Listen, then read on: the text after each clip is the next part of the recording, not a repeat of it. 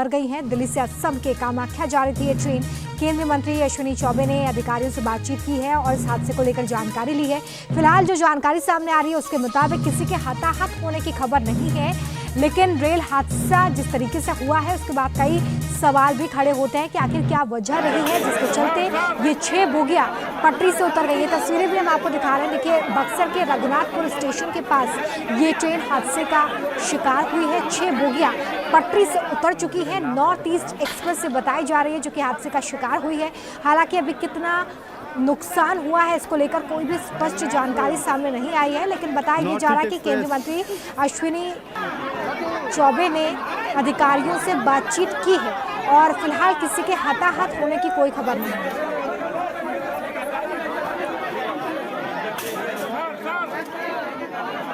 आज बड़ी दुखद घटना, एक हादसा हमारे बक्सर लोकसभा क्षेत्र के अंतर्गत रघुनाथपुर स्टेशन पर जो नॉर्थ ईस्ट ट्रेन दिल्ली की तरफ से आ रही थी गुवाहाटी जाने के क्रम में, वो उसकी कुछ पटरियों से कुछ बोगी उलट गई है। मुझे जो वहां से टेलीफोन से बात हुई कार्यकर्ताओं के द्वारा और जिला प्रशासन के द्वारा, ऐसे लगभग 3 बोगियां उसमें एसी के 2 है, इस प्रकार का पता चला है।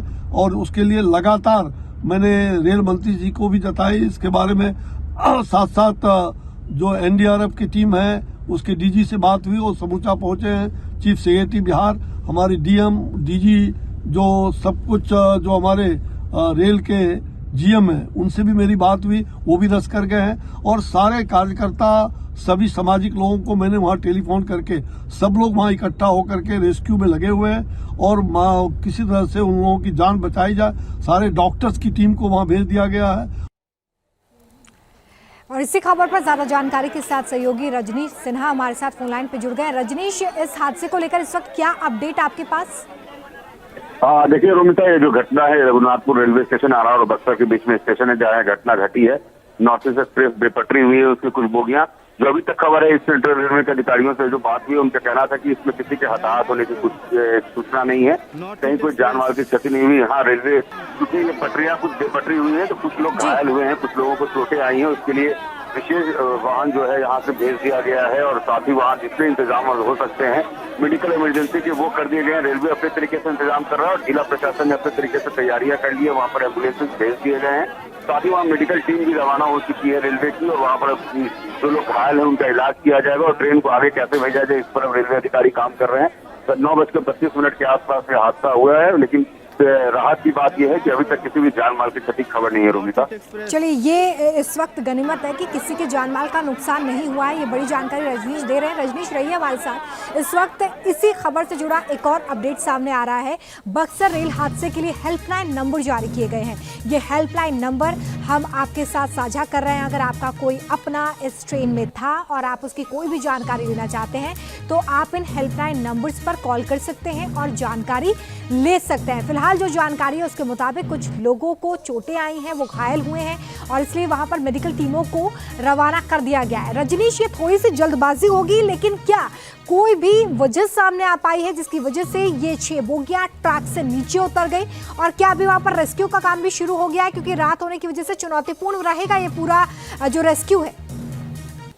बिल्कुल, देखिए रेस्क्यू का काम शुरू हो चुका है। रोमिता, अभी ये कह पाना बहुत मुश्किल है कि हादसे का कारण क्या था, क्योंकि कुछ बोगियां हैं जो है वो बेपटरी हुई थी। तो फिलहाल इसकी जांच बाद में होगी, लेकिन सबसे पहले जो प्रायोरिटी है वो ये है रोमिता कि जो लोग वहाँ घायल हुए हैं उन्हें समुचित इलाज दिया जाए और साथ ही ट्रेन को वहां से कैसे रवाना किया जाए। जो बोगियां पटरी पर अगर हैं और वो अगर आधी पटरी पर और आधी नीचे है तो उन्हें पूरी तरह से कैसे अलाइन किया जाए, इसके लिए अब रेलवे अधिकारी कोशिश कर रहे हैं। टीम तमाम रवाना हो गई है और जैसा मैंने कहा कि जिला प्रशासन अपने स्तर पर, बिहार सरकार के जो प्रशासनिक पदाधिकारी हैं वो अपने स्तर पर काम कर रहे हैं और रेलवे अपने स्तर पर काम कर रही है। रेलवे के कई आला अधिकारी भी मौके पर पहुंच गए हैं और यहाँ से एक स्पेशल ट्रेन भेजी गई है दानापुर रेल मंडल की ओर से, क्योंकि जैसे ये घटना घटी दानापुर रेल मंडल में इलाका आता था, तुरंत यहाँ कंट्रोल रूम को सूचना दी गई। 4 हेल्पलाइन नंबर जो हम लोग दिखा रहे हैं इस वक्त स्क्रीन पर, 4 हेल्पलाइन नंबर जारी किए गए हैं जो दानापुर कंट्रोल रूम के हैं और इस सेंट्रल रेलवे की ओर से अलग अलग आरा के लिए अलग नंबर जारी किए गए हैं। तो चारों हेल्पलाइन नंबर पे कोई भी अपने के बारे में जानकारी ले सकता है। लेकिन ये ट्रेन आनंद विहार से आ रही थी और कामाख्या को जा रही थी, तो लॉन्ग डिस्टेंस के जो यात्री हैं ज्यादातर वो इस ट्रेन में सवार थे। उम्मीद ये की जा रही है कि जितनी जल्दी हो सके जो घायल है उन्हें समुचित इलाज मिल सके और ट्रेन वापस रवाना किया जा सके। जी चलिए बने रहिए रजनीश, अहम जानकारी आपकी तरफ से दी जा रही है। इस बीच एक और बड़ा अपडेट सामने आ रहा है। जिस तरीके से हादसा हुआ है उसके बाद बक्सर में सभी अस्पतालों को अलर्ट रहने के निर्देश दिए गए हैं।